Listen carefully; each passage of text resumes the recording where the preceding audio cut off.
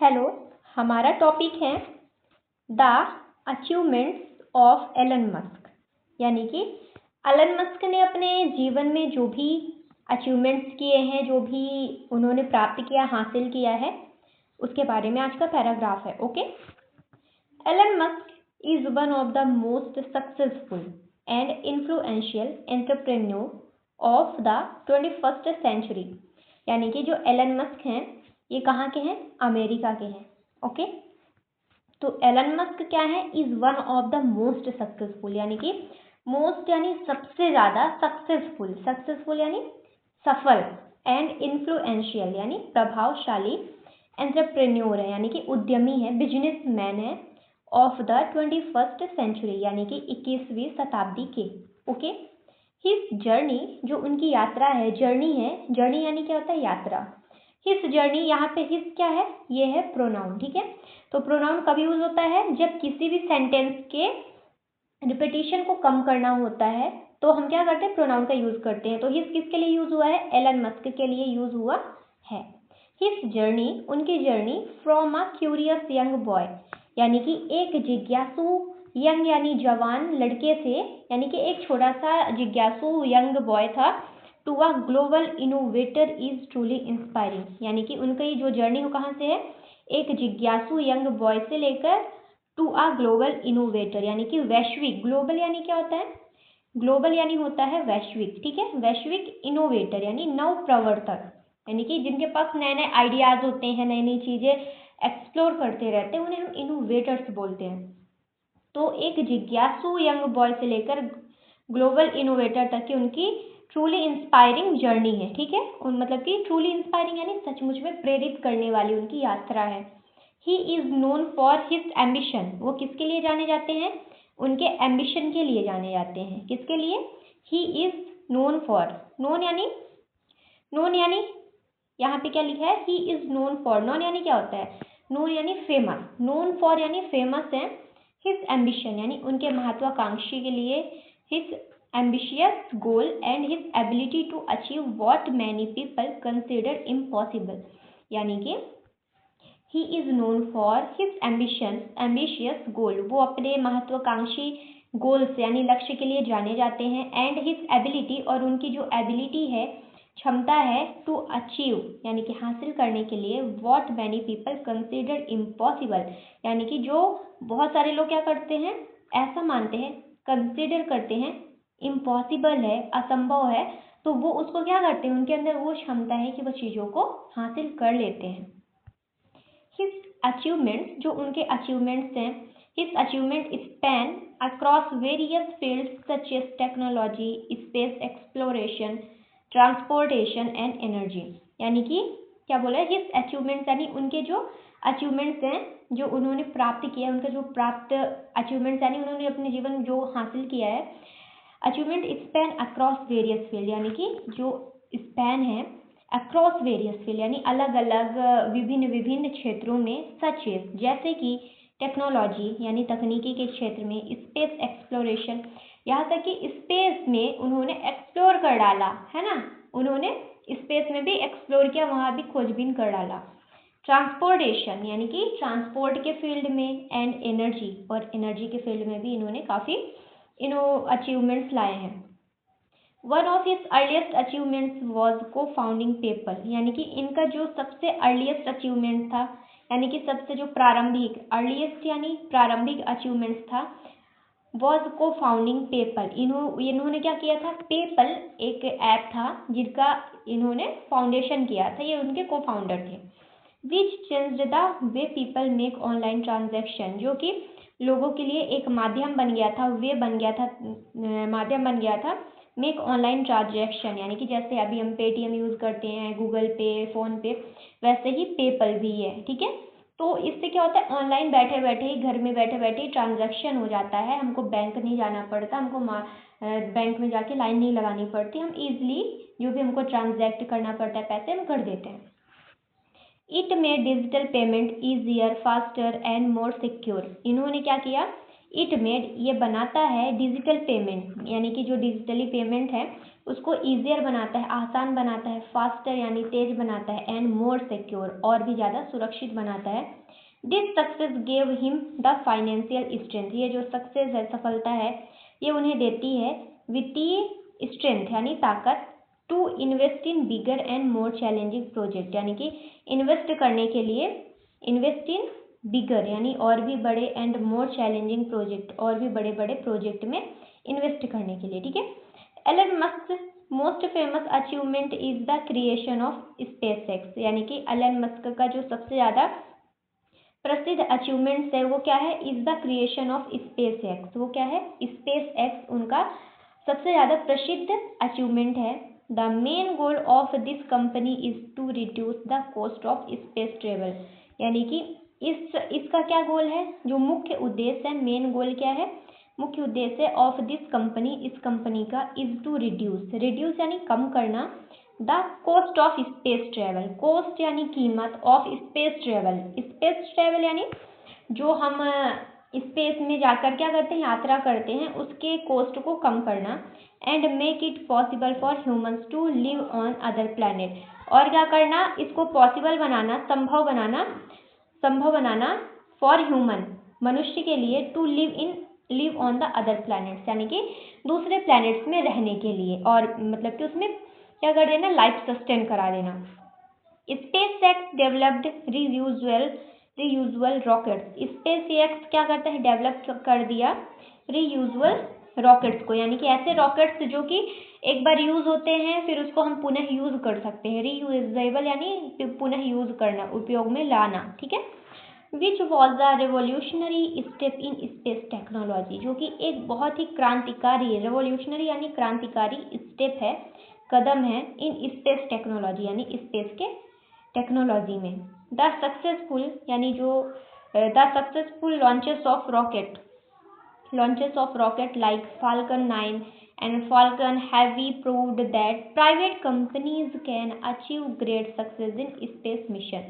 यानी कि क्या लिखा हुआ है कि जो सबसे ज़्यादा सक्सेसफुल लॉन्चेस यानी कि जो सफल लॉन्चेस हुए हैं ऑफ रॉकेट्स यानी रॉकेट्स के, जैसे कि लाइक फाल्कन 9 जो कि फाल्कन 9 है, एंड फाल्कन हैवी प्रूव यानी कि फाल्कन हैवी, दो यहाँ पे रॉकेट्स हैं, फाल्कन 9 एंड फाल्कन हैवी, यानी कि क्या करते हैं, प्रूव्ड, ये प्रूव्ड करते हैं यानी सिद्ध करते हैं दैट है कि private companies can achieve great success in space mission यानी कि जो प्राइवेट कंपनीज हैं ये और भी महान सफलताओं को स्पेस मिशन के लिए हासिल कर सकते हैं। ठीक है। आगे, another major achievement is his leadership as Tesla यानी कि जो एक अलग महत्वपूर्ण अचीवमेंट्स है, is his leadership at Tesla, वो क्या है, टेस्ला में उनका लीडरशिप यानी उसमें उनका नेतृत्व होना।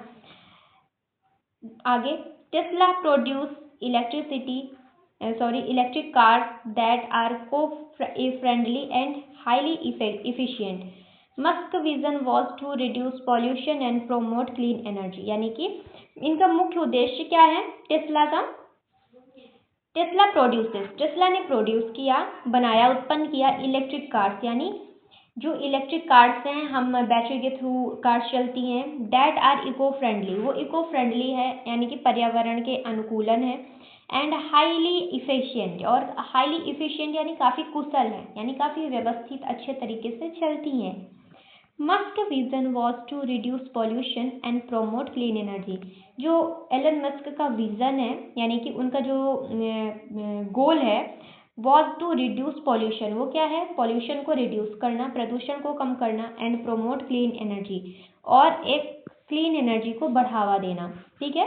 टूडे आज Tesla has become one of the most valuable automobile companies in the world and has encouraged other companies to adopt electric vehicles यानी कि कहाँ पे हम, Tesla has become one of the most valuable automobile company.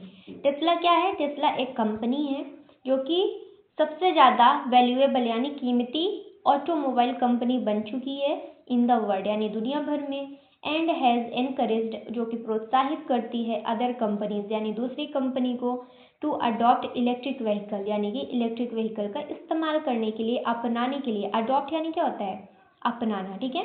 In addition, इसके अतिरिक्त, in addition to this यानी इसके अतिरिक्त, साथ ही साथ, Musk has worked on project, Musk ने प्रोजेक्ट में काम किया, लाइक जैसे कि न्यूरालिंक, जैसे कि क्या है, न्यूरालिंक उनका एक प्रोजेक्ट है, which aims to connect the human brain with computer, जो कि जिसका एम है मनुष्य के ब्रेन को कंप्यूटर से जोड़ने का, ठीक है।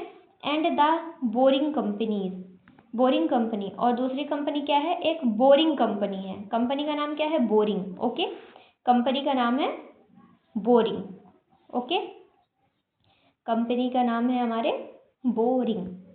आगे, जो कि